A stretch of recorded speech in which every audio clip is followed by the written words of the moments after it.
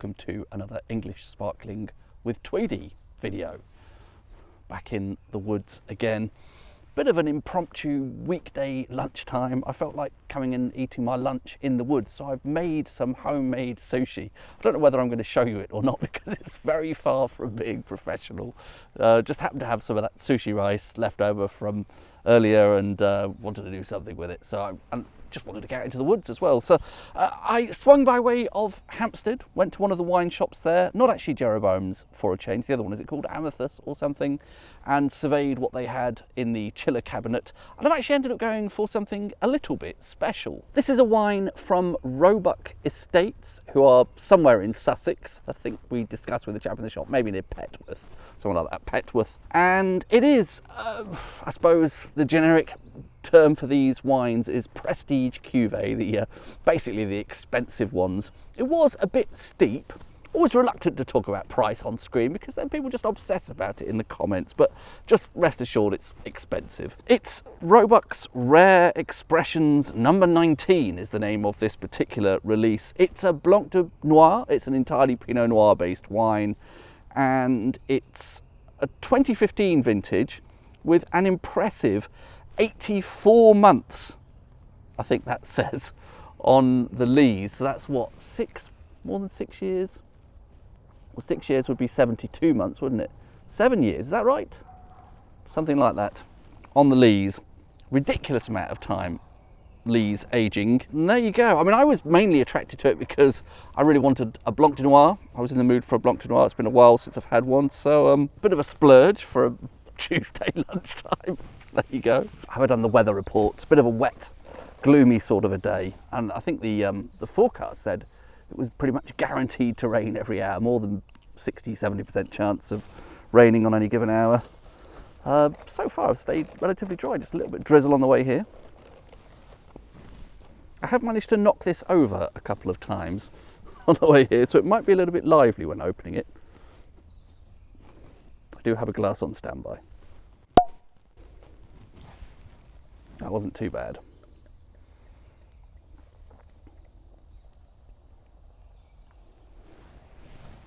It has a sort of slightly deeper gold colour I would hope for from a Blanc de Noir. Sorry, there's some dogs barking in the background.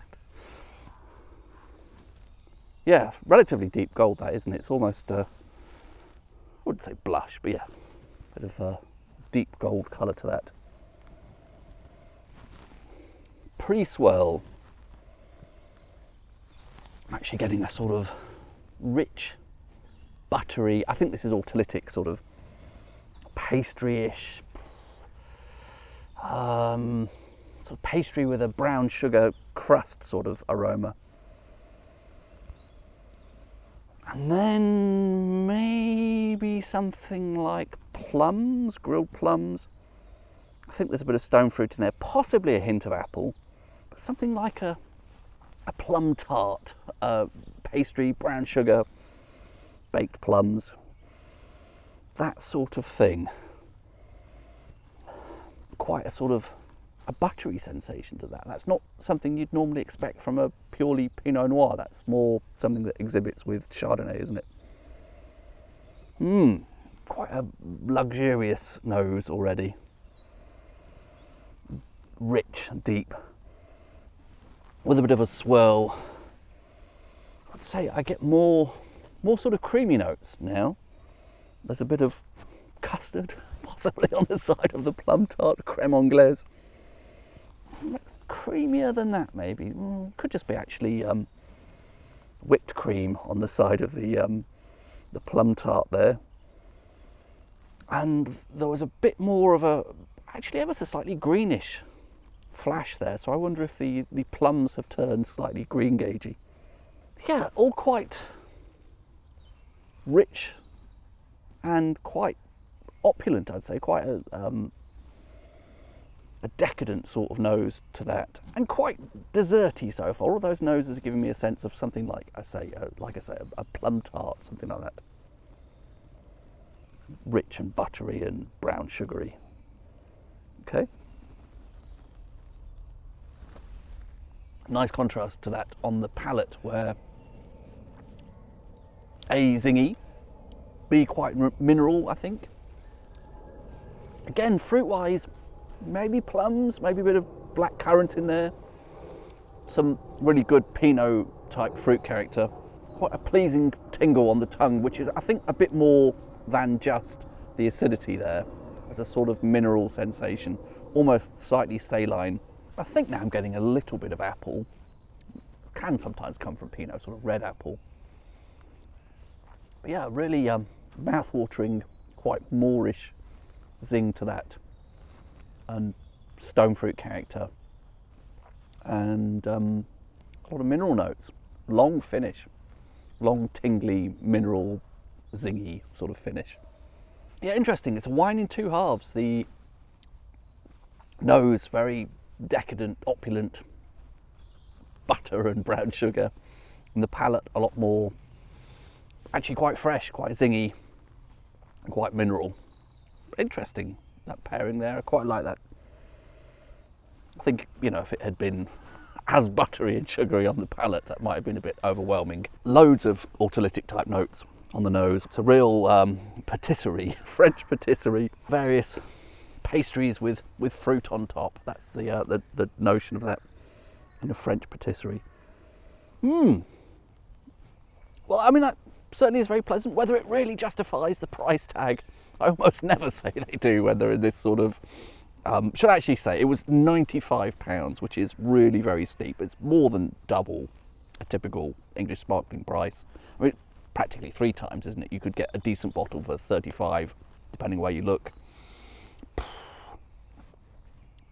As a one-off, to hell with it, you know, I'm quite happy with that. I'm sure it'll be a fun accompaniment to my sushi that I feel compelled to show you now. That I don't think I'll be getting any job offers for a sushi chef anytime soon. Okay then, so this is my very, very amateur attempt at some homemade sushi.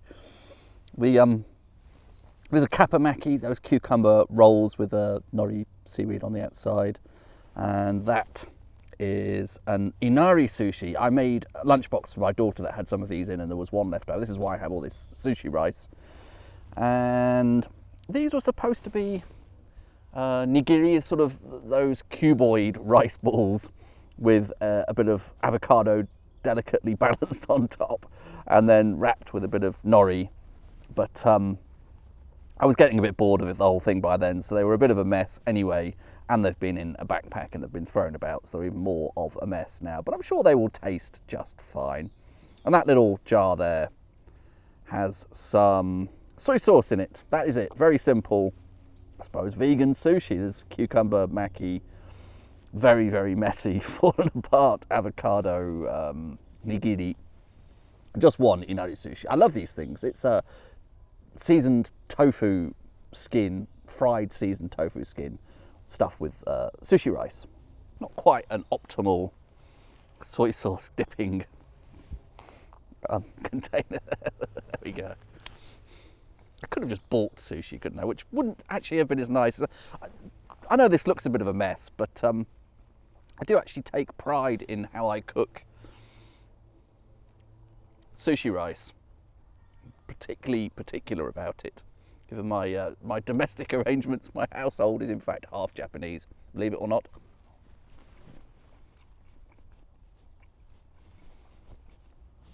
So although these are embarrassingly messy, the rice is actually, I think, perfectly cooked, well seasoned with the seasoning myself with the rice vinegar and a bit of sugar and a bit of salt.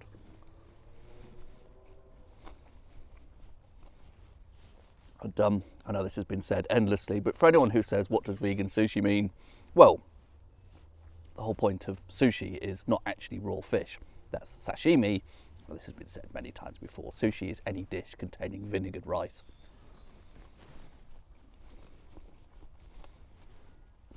So the kapamaki, the classic cucumber, a little bit of cucumber, sushi rice and a bit of nori around the outside. Still sushi. It's the rice that makes it sushi.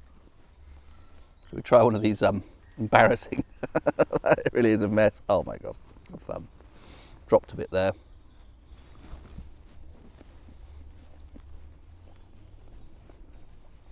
It's occurred to me that the lid of the little ex-jam jar, probably better suited for dipping than the jar itself. It's one of my favourite types of sushi, inari sushi. Fittingly, inari is sort of a word for fox, but it's fox in a sort of Shinto religious kind of context, the fox spirit or something like that. I think the normal word for fox in Japanese is kitsune. These seasoned tofu skins, one of the little pouches that you make from tofu, they use them as offerings at some shrines to fox spirits, I think, which is very appropriate because this spot where I'm sitting now, where I often come to enjoy wine, is somewhere if I'm lucky, I often get to commune with the foxes. It's not going to happen today, it's too early in the day, but it's probably not the absolute ideal pairing for sushi. English sparkling in general is incredibly versatile. People say champagne goes with everything, and I think English sparkling too. I would have thought probably a really lean, crisp Blanc de Blanc. I don't tend to drink the Blanc de Blancs quite so much. Blanc de Noir is usually my favourite style, but something a bit sort of more lemony appley would probably be a better pairing. Somehow that feels like a better fit for sushi than a Blanc de Noir, which is a bit sort of richer, and this particular one's really indulgent and opulent, and you want something a bit more clean and sharp tasting probably for sushi, I would guess. I don't know anything about food pairings, but those two things individually are very nice. Enjoying my embarrassing amateur homemade sushi and enjoying the wine.